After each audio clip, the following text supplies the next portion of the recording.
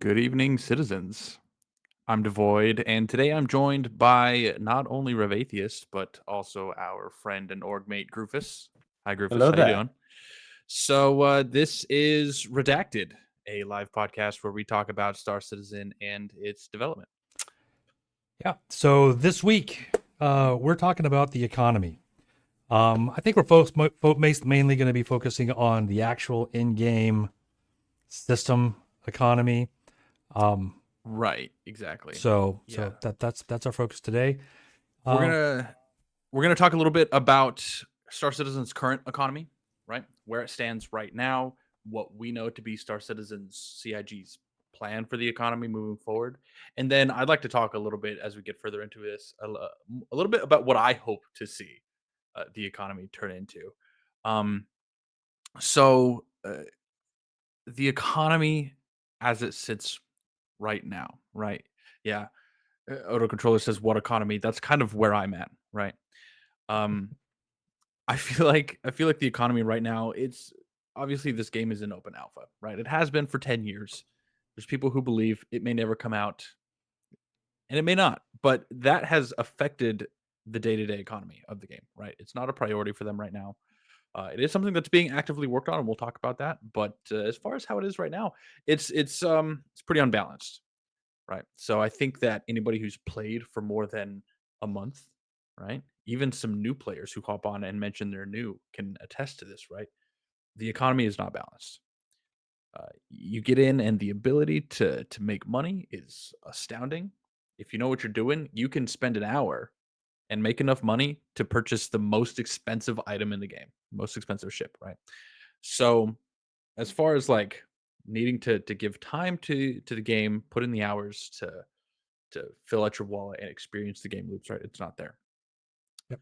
So that's just kind of a brief overview of the economy. Do you guys have any kind of input about Star Citizen's economy right now? There's not much to say, I think. so at the moment, all I have a comment about is things not being prepared. Specifically, myself at the moment. I'm going to step away like 30 seconds. I'll be right back. Go ahead and talk, That's Rufus. fine. One sec. Um, basically, the bigger the ship, the more money you're going to make, especially with trading and hauling at the moment. C2, you're going to make a bunch of money. And then Yeah, the whole yeah, C, you'll make about the same, a little less. yeah. So that kind of reinforces my point, right? Um, like I said, if you know what you're doing, right, you can make 50 million an hour, right? The most expensive thing in the game is 36 million, 32 million credits, right? The 890 jump. That's like 32.8, I think. it's Question mark. it's it's still it's a lot, right? But you can make that kind of money pretty much instantly. There's new players who join the game for the first time and people just shovel money down their throats. Really all I'm trying to start out by saying is that Star Citizen's economy right now, if you can say it exists, is broken. But they're working on it, right? And I would like to reference right from the get-go a very important video that is going to be the basis for most of today's discussion. And I've actually got it right here, and Rev is going to link it. This is a video that CIG put out, what is this, 2 years ago? This is Tony Zervek talking quantum quasar and virtual AI. I like to refer to this video as the Holy Grail. If there's two things that excite me about Star Citizen, it is the prospects of base building and the economy. And this video is why. So it's way too long for us to watch it right now and get into it. This is a 40-minute long video, but I encourage everybody who has invested more than $45 in this game, who feels fairly serious about investing in this project, to watch this video. It is utterly fantastic and it might change your perspective a lot. But in it, Tony Zervik details how the quanta system is going to work, right?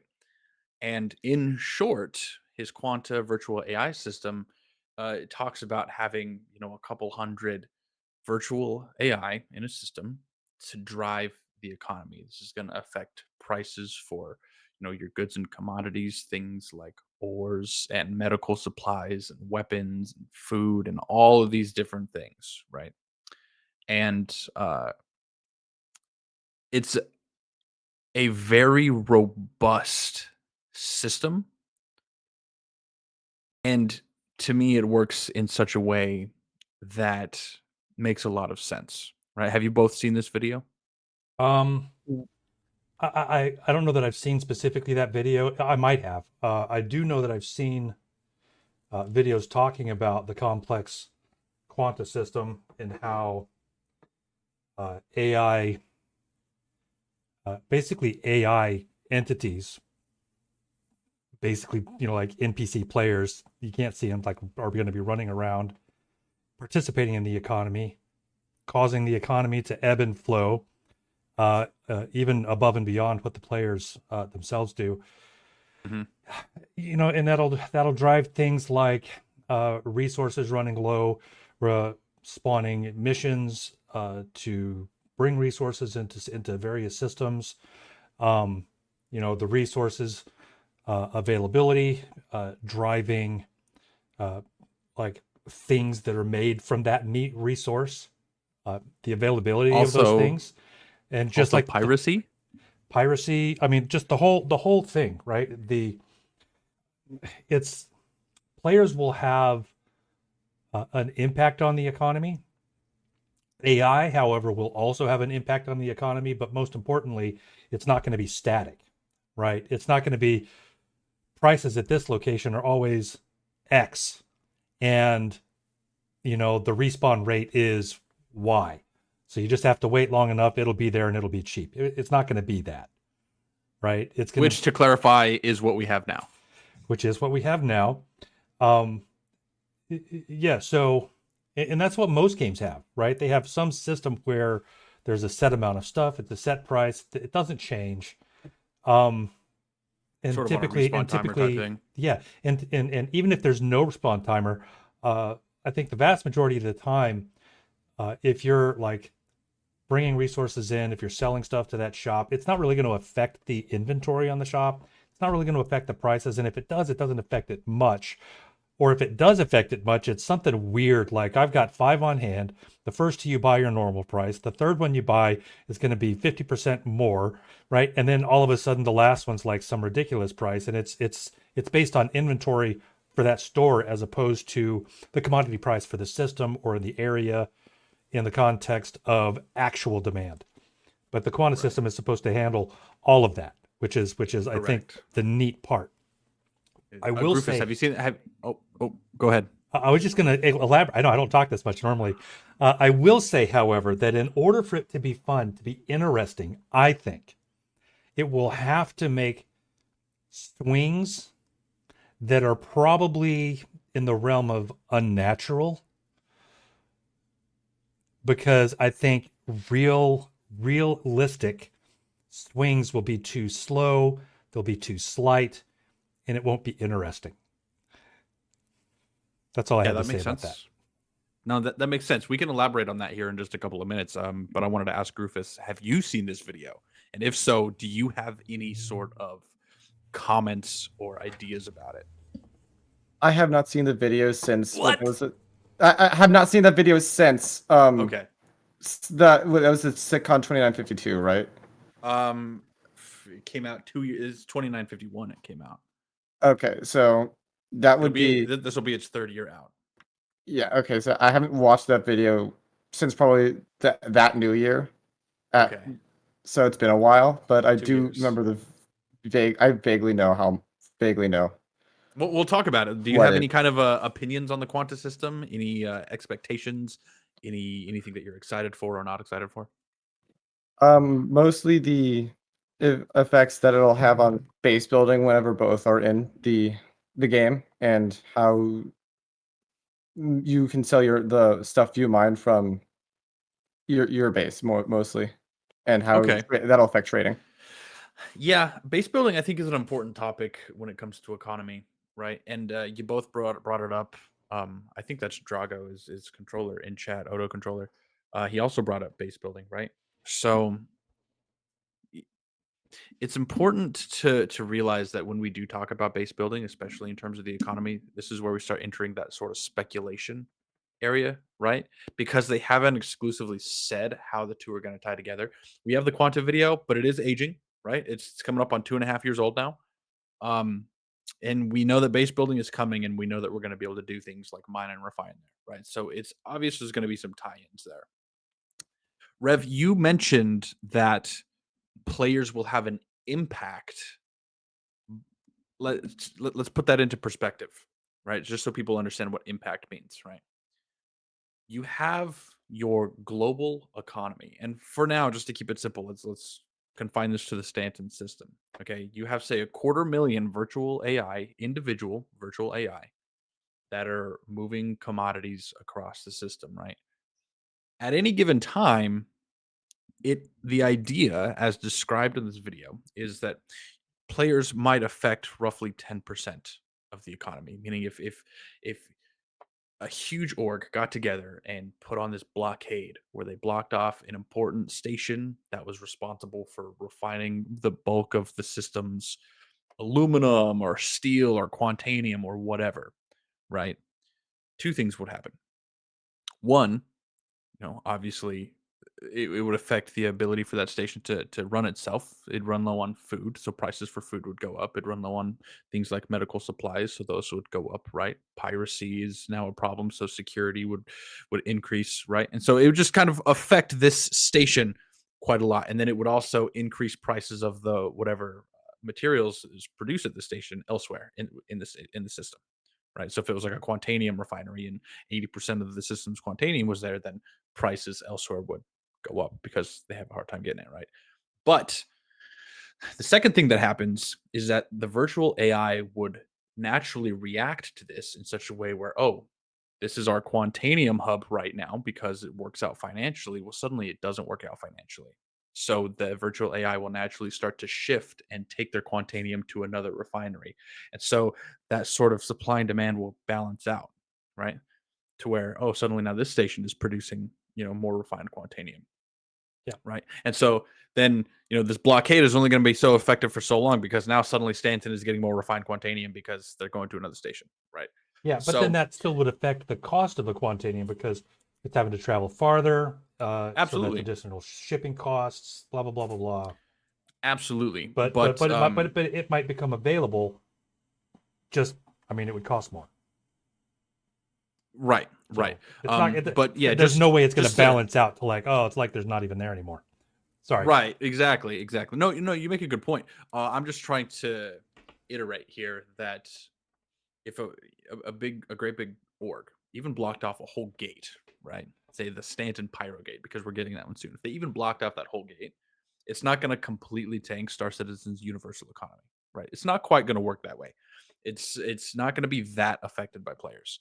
So just keep that in mind as we sort of discuss things. And so when we're talking about base building, like you both mentioned, right? It is very exciting, right? Because we're going to be able to put in all of the work. We're going to be able to have blue collar orgs come in and produce quantanium from asteroids, refine it themselves, have virtually no out of pocket production costs aside from building and maintaining their settlement, right? Which we don't know what that's going to look like, but they're going to be able to have this highly valuable resource, and now they get to throw it into the economy. Right. And so Yep. that is very exciting because that's going to be a lot of influence there. I think a lot of us are excited for that. Yeah. So a bit of the quantum system that I haven't really mentioned though, right? So I talked about how there's going to be, even you did, how there's going to be like essentially AI entities running around acting in the same capacity that players do throughout the game with regards to gathering, generating, transporting resources or materials, goods, whatever.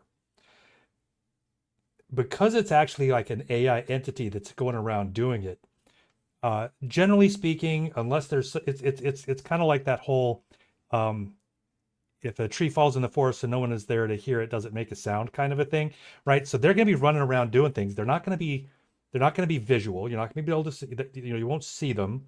Right. They're not physicalized. They're not physicalized. So, but if you happen to be in the place where they're supposed to be, they will physicalize so that you can act with them. So if there's some invisible AI like Hull E transporting goods, from into Stanton, taking it down to Lorville, right? And you happen to be there when they pop out a quantum, they will physicalize, and you'd be like, oh, you could potentially Pirate them. I was gonna say with the stopping them in the space. What's the Oh, word? interdict. You could interdict. Thank you. You could potentially interdict them. Jam their quantum drive so they can't get away. And totally pirate that cargo. Odo asked a question. If Quanta is supposed to be affected by the NPCs too, how much percent? Quanta is the NPCs. That's right. It is the NPCs, right? It's they have different scripts, right? So the NPCs that you see walking around Area 18 buying fucking smoothies and ice cream and Whamburgers, right? That is Quanta. That is Quanta, right? Because it's going to be such an infinitesimal amount, just the one NPC buying a Whamburger Deluxe, right? It's not going to like, oh, you bought a Whamburger, the next one's 50 cents more, right? It's not going to affect it quite like that, right? So the percent for an individual Quanta is going to be infinitesimal. Where the difference comes, where this is affected, is by the sheer number of virtual AI that's going to be present in the system.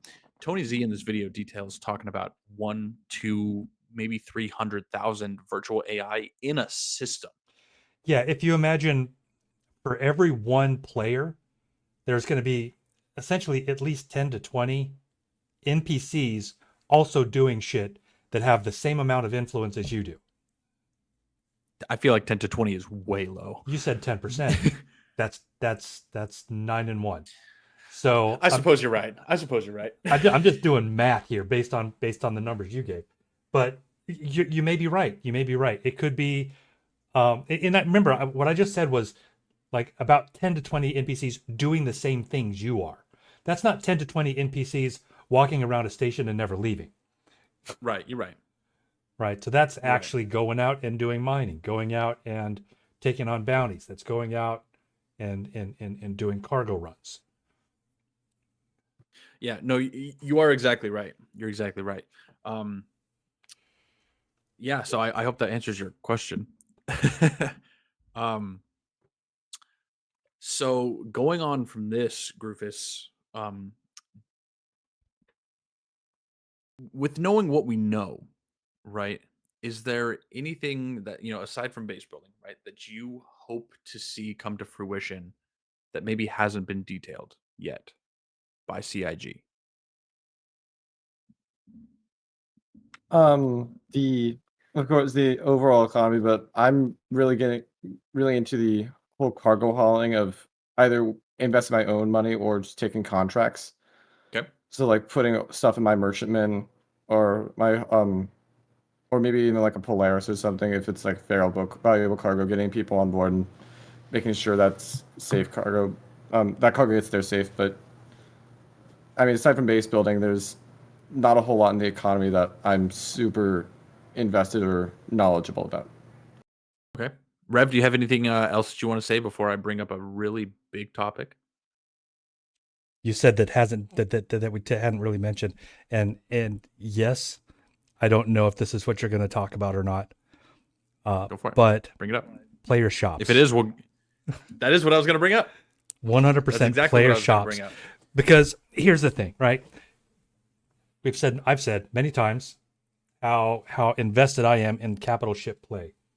My first capital ship, that of course nobody has, but the first one that I laid down way too much money on was the Drake Kraken. Privateer. So I know a lot of people are into the Banu Merchantman and they're looking for, to fly around the Merchantman, but I want my Privateer. Very similar in style when it comes to the shops. Maybe it has less shops than the Merchantman. I don't know. I haven't looked. I don't care. Because it's also got a flight deck and massive amounts of guns.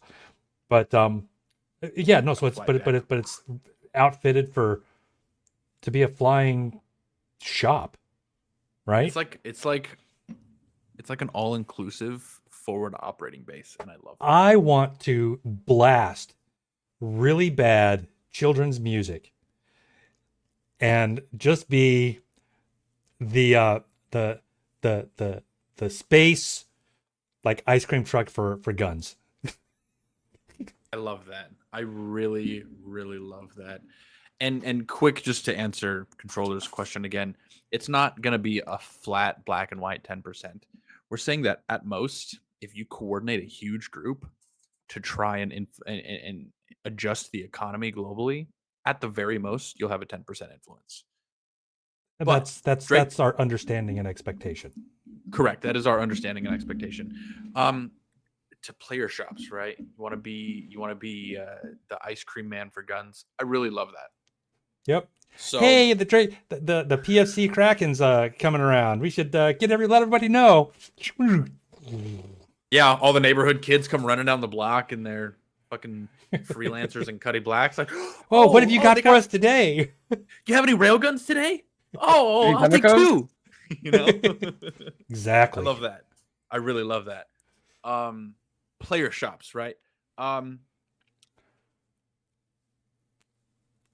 Before I get into this rabbit hole, I'd like to give Grufus a chance to elaborate on player shops if he has anything to say about them, because I have a lot, and I'll go. I guess obviously I have a merchantman, but the main thing I'm excited for about player shops is being able to buy something from a player where said component is cheap, and then going somewhere else like Pyro or Nyx or some such where they're going to be more expensive and selling them there. Like long haul trucking in Yes. space Yes, and for also maybe player items. yeah, That's a maybe big even part that I'm going to talk about. Because yeah, and maybe even going with like you. to the Xion or most especially the Banu and selling them to the aliens. Yeah, If and see, when that just comes into the straight up game. traveling merchant. Yeah. Yes. Yeah, Get I mean, Pyro, maybe some you need buy to it get your cheap. you need to get your blue robe trimmed in gold and put your little arms together and go and then come Just around ask for globules. emeralds all the time. Exactly. Oh. yeah. uh, I mean, I have a few places where I want to set up like a small base that I can lay low in if I ever get into trouble, but I Long-haul like trucking. traveling around. It's gonna be prefer a big thing. I like being on the run or on the go rather. So there is what I have found to be a little known fact about player trading, and that is the fact that it is already fairly rampant in Star Citizen. I say it's rampant because I've been doing it a lot, and our organization, the Pyro Freelancer Corps, have been doing it a lot. But it kind of astounds me how often I see that players don't realize that player trading on a large scale is happening already. So was it 315, Grufus, that we got our inventory system? I think it was, right? It was definitely I think the year before last, but in that area, right? So yeah, we I think it was fairly 315 sounds right. maybe Maybe 16, but 316. Yeah, somewhere around there. we recently got a in inventory uh, update. Right beforehand, your inventory was in your mobiGlas, and you could hold infinite objects. You could have 1,000 railguns shoved up your ass, and it was no problem. Right. Well, now we've got limited inventories, and with that, they also introduced the looting system where things like bunkers and buildings have boxes that have loot in them. Well, to promote looting, they ended up removing a large chunk of variant items from player shops, such as colored Inquisitor armors, right? Such as heavy weapons like snipers, grenade launchers, railguns, right? Things like that. Completely gutted them from the shops. They did this to promote looting, to get us out there and interacting with these loot boxes, pulling items out. That way they can measure, how what kind of drop chance do we want to have on certain items? Are these too common? Are these not common enough? Right. And so that was kind of their purpose. But they unknowingly bred a really awesome player trading network here. And when that happened, there were groups that sprung up that just went out and they looted for hours and hours and hours. They got huge stockpiles of things, and then they would post them for sale because you couldn't buy them in shops. So players created shops. Yeah. Our group is one of them, right? We didn't get in on the ground floor, but we did get in, I feel, pretty early. We found a couple of resources that we could use to trade items, and it's when organizations who are built around things like combat discover that there are these resources available, they spend a lot of money for ease of access, right? Because these large groups such as the Avenger Spartans, right? Such as like Vanguard, right? In my own experience, they don't necessarily want to spend their time running bunkers back to back to back for hours on end to gather their armories, right? They don't want to spend 3 hours running bunkers just to outfit their guys with enough heavy weapons for one event, and they got to go back and do it again, right? So they buy them. They buy large quantities of these things for large amounts of money, and they go on their way and they do what they want to do. Um, and we've gotten pretty lucky. And I really hope moving forward that it sounds like they might, but I really hope that CIG makes like they build their economy and their shop system with player trading heavily in mind, Yeah, right? I hope so. And I think they will. And if for no other reason, I think then EODO controller mentioned crafting, right? There has to be things that are only available through the crafting system. agreed. And with that, that makes player driven, player owned shops the prime place for getting those types of things. Agreed. And I backing on that, right? Kind of writing is they announced blueprints. They announced crafting, they announced blueprints just this last year at CitizenCon, right? Said blueprints are going to be the basis for crafting. Everything will have a blueprint. They also mentioned that blueprints not only refer to the plans, like the actual physical makeup of an item, but also the makeup of that item with different materials. So a blueprint for, let's just use like a Coda pistol, for example, right? You may find like a shitty blueprint where you can use shitty materials to build a shitty Coda pistol that wears out really quick, right? It's a Coda still, but it's shitty, but it's cheap, easy to build, and you can sell a lot of them. Or you can find a nice blueprint that teaches you how to manufacture this Coda pistol with pristine materials that lasts a long time. It's very reliable. Maybe it gets a damage buff, right? And something like that, that top tier item may only be craftable. You can't find it in the world, right? You can't buy it at an NPC shop. And so that's where I kind of think that might tie in, right? The second thing in that regard that I want to mention is if anybody who's listening has experienced the Pyro Playground, and I haven't personally yet, but I know some of what it entails. You may have seen that a couple of the stations, maybe just one, I don't really know, it doesn't matter. They have things like uh, LMGs and railguns and grenade launchers for sale, which they don't in Stanton. Okay, he says four stations. I'll take his word for it. They have these heavy weapons for sale at NPC shops where you cannot buy them in Stanton. Grufus was talking about taking cheap items from one space and flying them system to system to a place where maybe they're not available. Well, this could be a chance to do that, right? If you have a lawful organization, such as the Med Runners or Vanguard, or someone who doesn't want to get their hands dirty, who may not want to venture into Pyro and deal with the piracy, right? Groups like us who will be in Pyro, or other groups who don't mind getting their hands dirty, can go to Pyro, spend a bunch of money to obtain these, and then take the risk to transport them into Stanton. Now, that also begs the or question. kill a bunch of people to take them. Right. They can acquire them. They can acquire them. They can go through and acquire them. Strategically, I forget what that acronym it was that someone made. Strategically transfer equipment to an alternate location. There you go. There you go. Yeah, you can strategically transfer equipment to an alternate location and then take the risk of smuggling it into a system where they're desirable but maybe unlawful, such as Stanton, right? I Grufus, you're kind of the lore buff of the three of us, but I believe that things like heavy weapons and such are illegal in Stanton, right? Do you know? Have they said? I don't know if they've said anything, but I'd imagine they will be, and they most certainly will be in Seoul and Terran, like extremely high security systems. Yeah, yeah. So I mean, they have like a space 7-Eleven where you can buy guns here, and we're in America, so buying guns isn't the hardest thing in the world. But you can't just walk into a gun shop and buy a freaking RPG, right? There's some channels you got to go through, and maybe you can. Rev, you live in Texas, you tell me. Honestly, Texas is a little more difficult than even New Mexico. Oh, really? Well, Yeah. Sure, but my point is that you can't just willy-nilly walk into a gun shop and be like, "I'd like that rail gun, please." Like, it's not going to work like that in most civilized No. space. So yeah, that's another part of the player economy that I'm excited for. Right, there's also going to be things like system-specific armors that people might like. Armor trading is huge.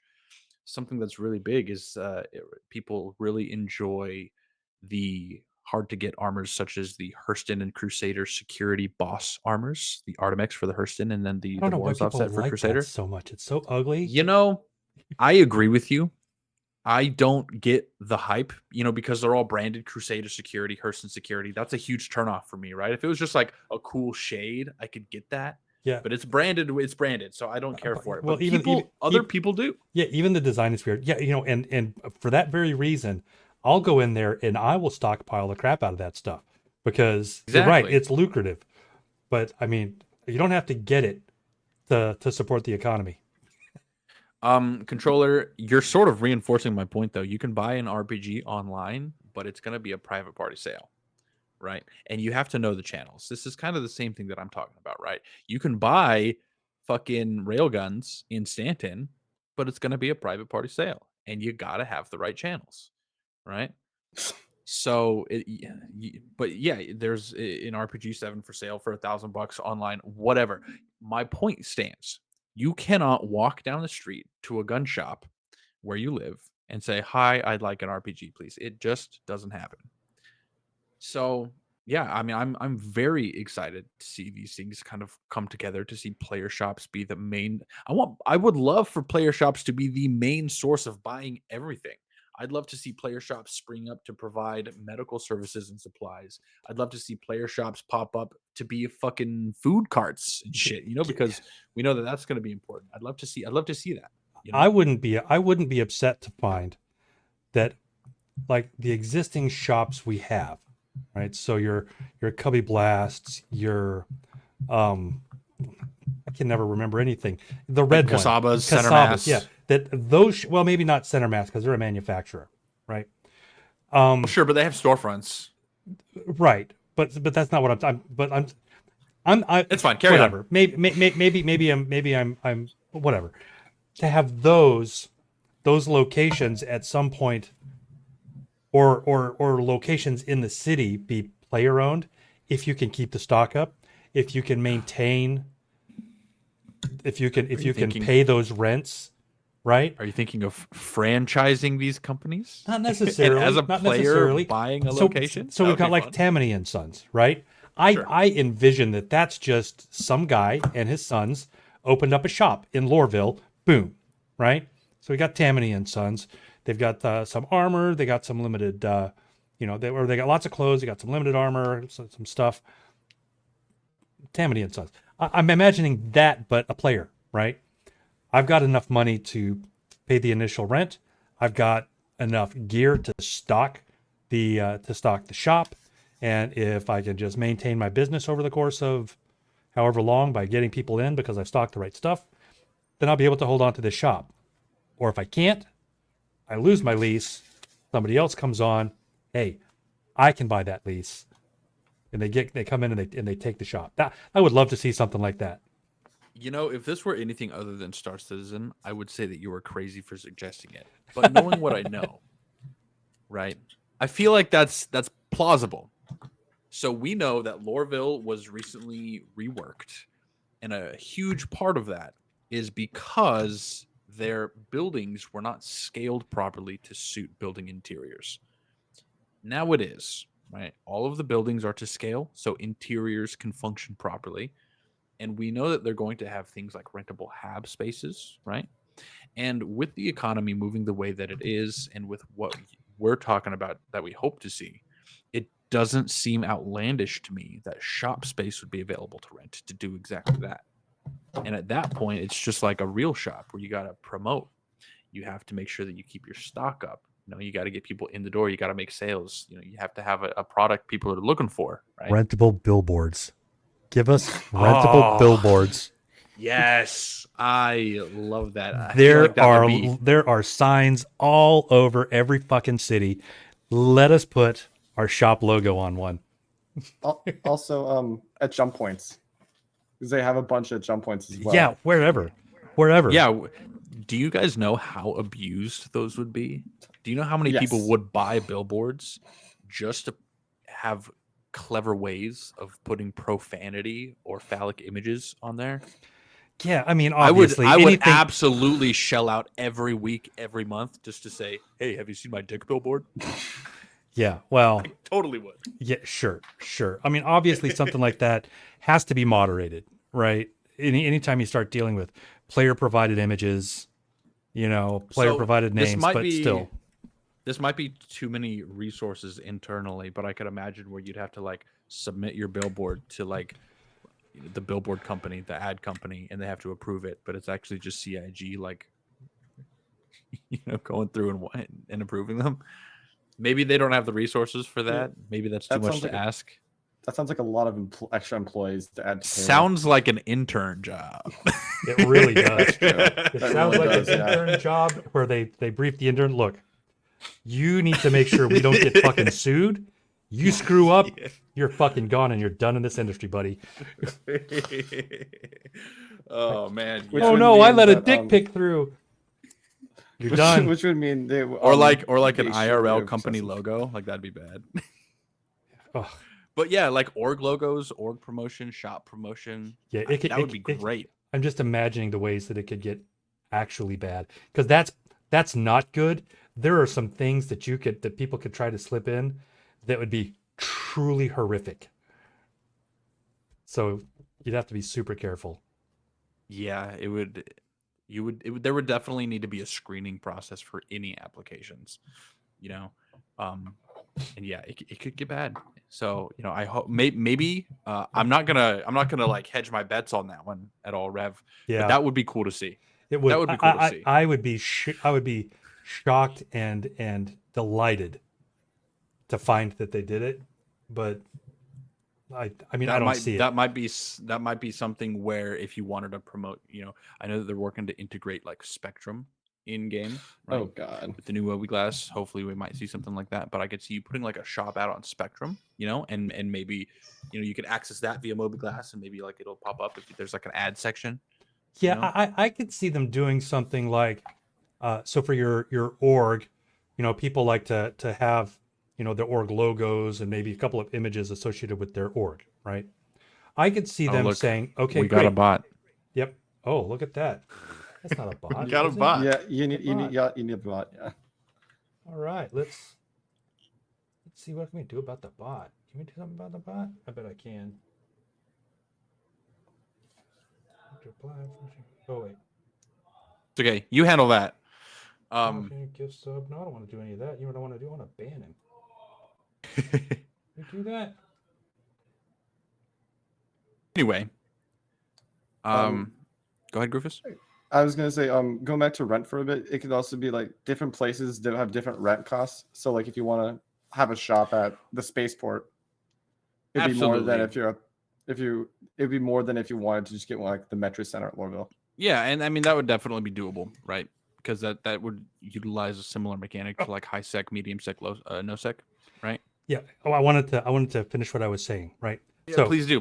Great. So Spectrum orgs submitting their images and stuff for their orgs on the website. I could imagine a process by which somebody like you say, "Hey, I want to make this available in game," and they go, "Okay, great. Well, we'll look at it." Those images potentially being, no, that's still tough because they have to then be added to the game. So the reason I bring up Spectrum, no, it's not going to happen. The reason I bring up Spectrum is because CIG has, and this was a while ago, so I can't speak as to if this is still the truth, but CIG have spoken to wanting to fully implement Spectrum into your Mobiglast, where there's a Spectrum tab and you can access Spectrum in game. We know that the services are tied together because when you're in Spectrum, you can see that on the game, and when you're on Spectrum, you can see people who are playing, and so the services are tied together. But they want to implement its functionality onto the Mobiglast, and so they could utilize their existing team of Spectrum staff to moderate what goes on Spectrum.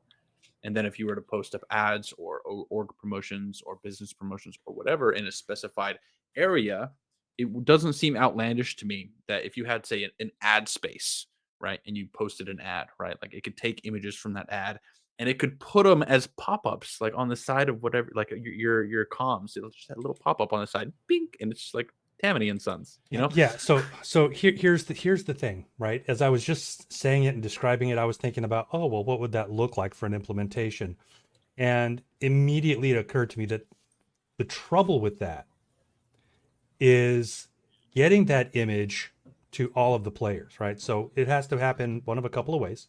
Either it has to be packaged in like a download when you log in, you know, where you get the updates. It has to be packaged that way so that it's available in your local resources so that it can be displayed while you're playing the game, or it has to be streamed to you at some point, at which point it's going to be in your shaders or something. And then the more player generated images, and let's be real, there would wind up being a ridiculous amount of them. It'll just start stacking up, eating up local resources. I get the impression, even as I'm thinking about it, that it's probably a bad idea. Resource management, if for no other reason. So it probably And won't that's get fair, it. right? I admit we are getting a little bit outlandish in our speculation here. Yeah. So maybe we should dial it back a Yeah, little let's dial bit. it back. All right. It's really cool to think about and it's cool to daydream. But that would be a lot. But as far as the economy itself goes, I think that, yeah, as long as they have player-driven shops toward the front of their priority list when they're building these systems out, I think we'll be okay. Because whether I'm sure they see it, right? But whether they see it or not,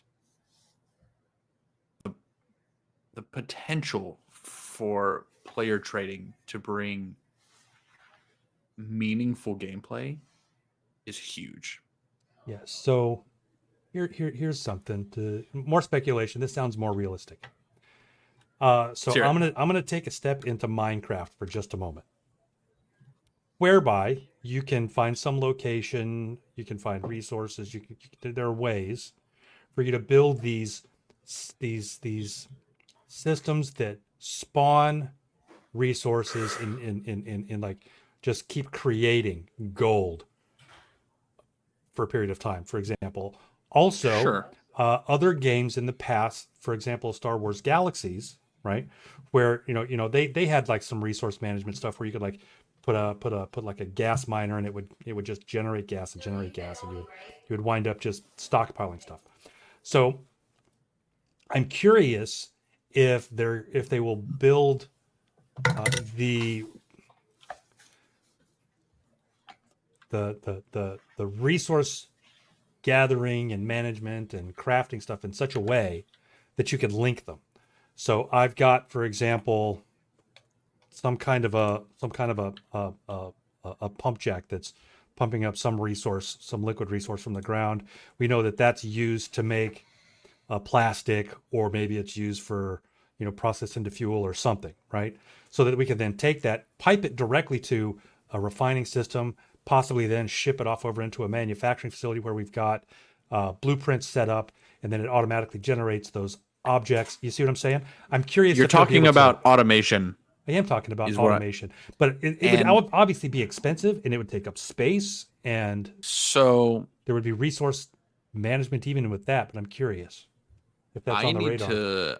I need to look back on my resources for what they've discussed, right? And Grufus, feel free to chime in here. I think that they have specifically said that it's going to require some manual that stuff. They don't want it to be a fully automated process. They're trying to steer away from the automation. So you're going to have to do things like you have to have somebody go get the resources out of the pump jack and take it over to the refinery. Once it's done, you have to get them for the refinery. You have to take them over to the manufacturing facility. That's cool. Correct. I mean, sure. Yeah. That's so fine. as far as hooking up a line and plugging it in and saying do this, it's not going to work that way. Yeah, they're not going to go really surprised. That's both too bad and also I get it, because I guess with the automation you could have a system where like people figure it out, and then just all of a sudden they're just making ridiculous amounts of resources, flooding the economy, making ridiculous amounts of money. Also, right, and I'm gonna reference a story that Love Machine has told me. Right, you could just find noobs to work for you for ridiculously cheap. Shout out to Love Machine and your newbie plant pickers. I remember that. Um, but you just yeah, if you find like a bunch of new players who are looking to make money, be like, hey, I will give you a steady, reliable job. Come If here. I'm not mistaken, what she was talking about was finding noobs, kidnapping them, and forcing them to work on her plantation. Something like that. Maybe it would That sounds That's very potato, much like what she was talking about. potato tomato, right? It's the same shit. what My go ahead, Grufus. didn't Elite Dangerous have something similar during the same time or during at No some point? idea. I have never played Elite Dangerous, Never touched nor it. will I. Nor Yeah. will I. I've heard stories. I have played Elite Dangerous maybe once. Or an experience where they will bring you like show you a ship, they'll take you out to the middle of nowhere and then plop you and you can't get back. Yeah, I could see that being a problem, but that's economy aside. What I expect, and I'll probably even try to do this, right, is to genuinely hire new players who maybe don't understand the value of their time quite yet, and pay them peasants' wages. That seems Say, a lot hey, to them. that seems like it's decent. At least it's Like consistent. 10,000 or some such. We don't know what the economy is Yeah, going we to don't look know what like the in a economy will year. be Well, yeah, like. I'm like for like 10,000 like for today. I'll give you $2 an hour to come and move this unrefined quantanium into the refinery and back out again. And they're like, oh, $2 whole. Oh, deal. $2. Yeah, that would be fun, right? Because it's not automation technically, but it is for you. When death starts to matter, it won't have to be new players. Maybe. That's true. I'm curious to see how wallets are going to be affected by death. I guess we'll see when we see. Yeah, I'm fairly certain there'll be an inheritance system. Yeah, I mean, if I there's think there not, will. then death is too harsh. Death of a spaceman is a whole different conversation, I think, to have. Yeah. And it has very little effect with the economy. I would love to talk about it sometime, but not today.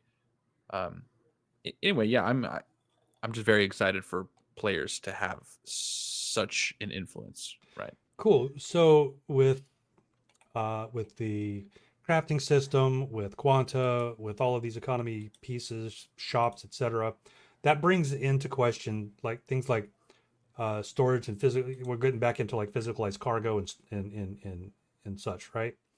So, what do you think it'll look like to store mass amounts of resources for the purposes of crafting and for selling? How do you think they'll deal with that, or how would you like to see them deal with like this inventory management for whatever gameplay loop we're talking about, whether it's like I said, resource gathering, refining, manufacturing, selling, shipping? I have an answer, but I'd like to hear what Grufus has to say first. I don't really know. Production isn't 100% what I'm more into. I am more into the selling itself, but Got to come from somewhere, though, right? yeah, it has to come from somewhere. And I've always just thought of just buying it off someone so I don't have to deal with that because Fine by me. yeah, Come on by. Yeah. So from your perspective, because you would be just like the contract Middleman. trucker that's like, hey, I found a load. Go get your load. Do it. Fine. Got another load. Grab Yeah. that one and do it, so that you don't have. So you've got reduced The overhead, no logistics. storage to deal with. Well, shit, that's okay because I would love to answer this question. As someone who very much looks forward to managing a production facility in a base, right, where we will have things that we have to stockpile on. Maybe we'll have to set it aside to get ready for pickup. Maybe somebody wants to buy a large amount of things and we have to produce it and hold on to it until it's all done. I've given this a little bit of thought, right? Oh. And I do not want us to store the bulk of our commodities on site. And when I say on site, I mean like at our settlement. And the reason being is because we intend to live in Pyro. Raids are probably going to happen fairly frequently. I imagine that maintaining and rebuilding our settlement is going to happen all the time.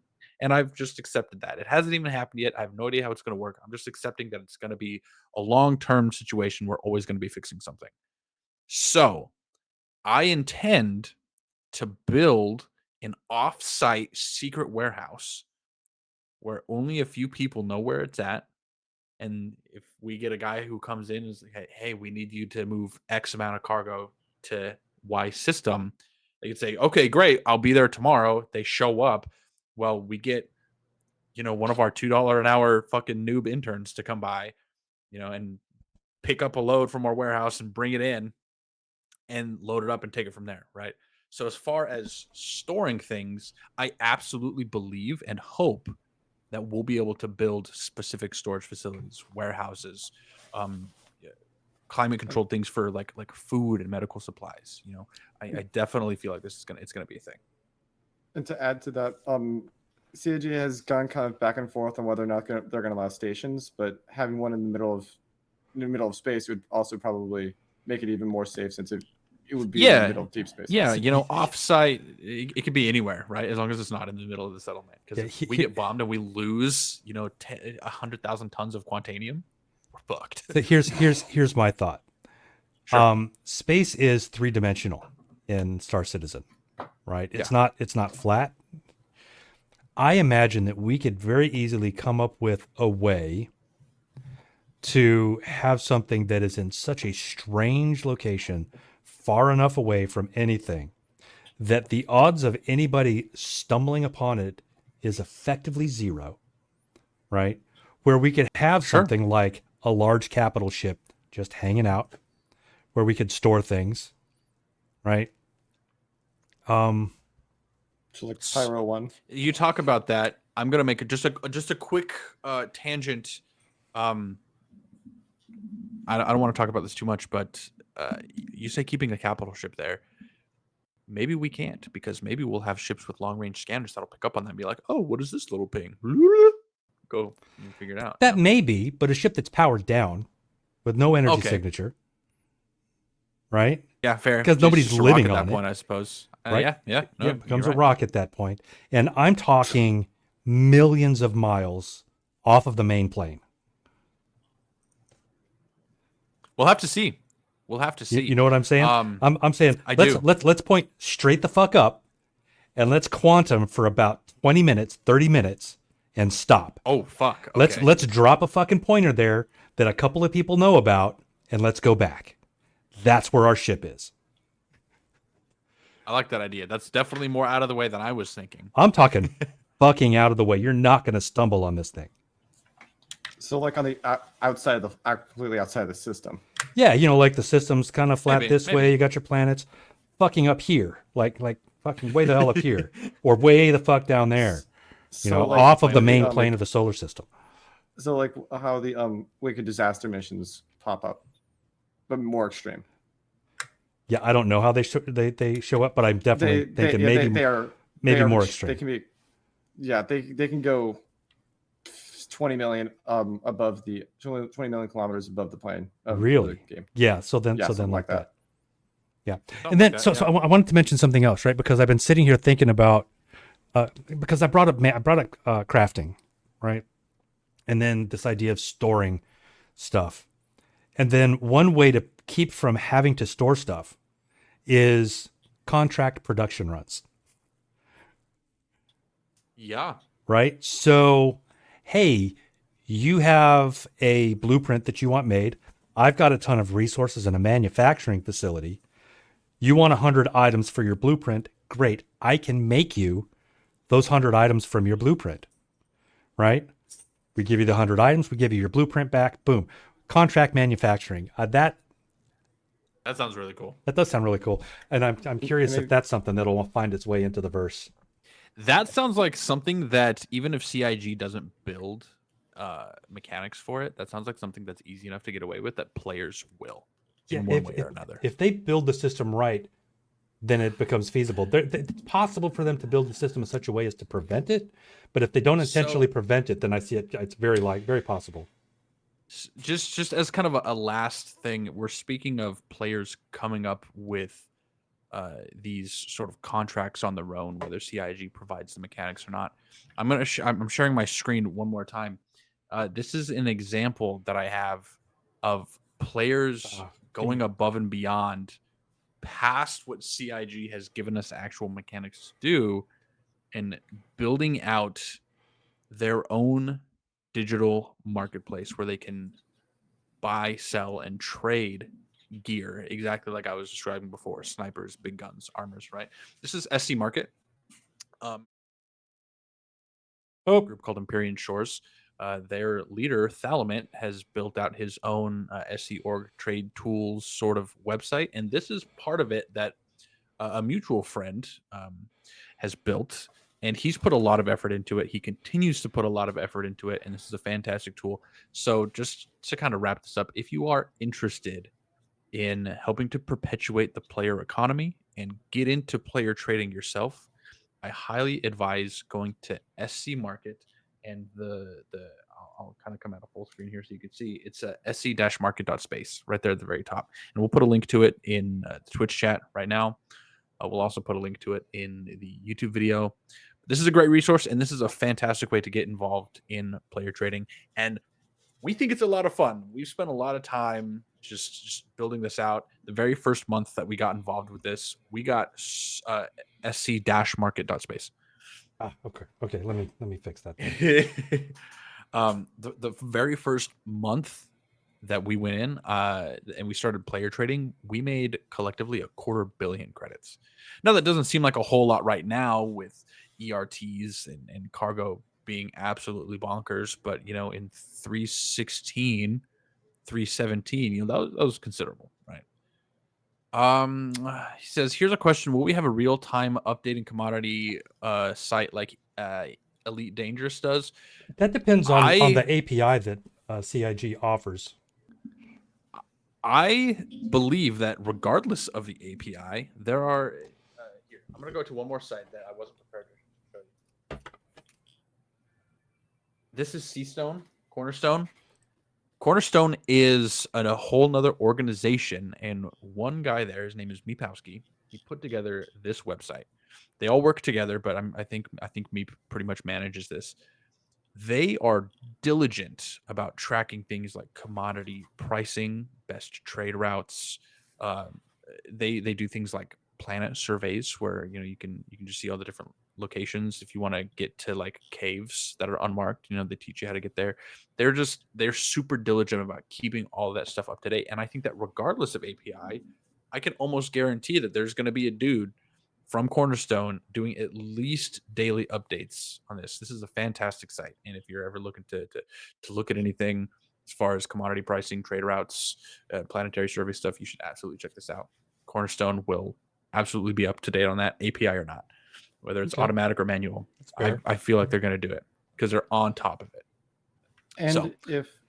And if CIG keeps up their promise with allowing modding, which is questionable, I think. Where was that said? There used to be mod tools. Okay. This was a long time ago. So from the get-go, Saren, the intent was for people to be able to spin up their own servers and for the game to be moddable. It's still on the target. They're still planning on doing it. I don't know what that looks like. Okay. But yeah, that's we might have to talk about that some other time. We're running out of time today, but that's news to me. Yeah, it's an initial launch deliverable. I was gonna say, with modding and whatnot, I would imagine even if they don't directly give us the ability to track commodities, we'd be able to use those tools to use those tools to make something like a more advanced version of Gallagher SC Trader or SC Markets. Yeah, I feel like if you could spin up your own server and mod it, at that point it becomes a single player or a private experience, Yeah, and I feel like in one of the recent, like what do they call it, the Inside Star Citizens, there was at least one or two offhand comments about the intention that they still intend on having people be able to spin up servers. Yeah, definitely news to me, but that is interesting. We'll have to talk about that some other time. But hey, we're about at our hour, so I think that wraps up our conversation. Is there any last remarks that either of you guys had? I feel like we had a pretty good talk about the economy and where we want to see it go. No, I mean, I think we pretty well covered it. Okay, Yep, fantastic. good. Grufus, do you have anything else? Okay, Nope. cool. Well, thank you guys for watching. I certainly had a good time. I love talking about the economy and player trading as a whole. I love how it ties into base building. Yep. So yeah, I'm excited to see where the economy goes. Oh, I do have one last closing remark too. After you watch the video that we mentioned in the very beginning, you might ask yourself when. Well, a lot of us were expecting Tony Zervik to talk at CitizenCon 2953. He did not, but he did say that the economy team is in a really great place. They've finished virtually most of the work on the economy. What they're waiting on now is server meshing, so they can actually, implement it, tweak it, get it working the way they want. So it's come a long way. It's in a really great place. It is on pause just so they can focus on server meshing, get it out because it is necessary tech. That's just kind of my closing remark. So yeah, man, server meshing is gonna be huge. A lot of things are riding on that, economy included. So anyway, that's that. I think we're gonna go ahead and wrap it up. Thank you, Grufus, for being here. Yep, we'll go and as always. Yeah, we'll provide links with the video of the sites that we mentioned. Appreciate everybody coming in to watch us today, and we'll see you next time. Bye.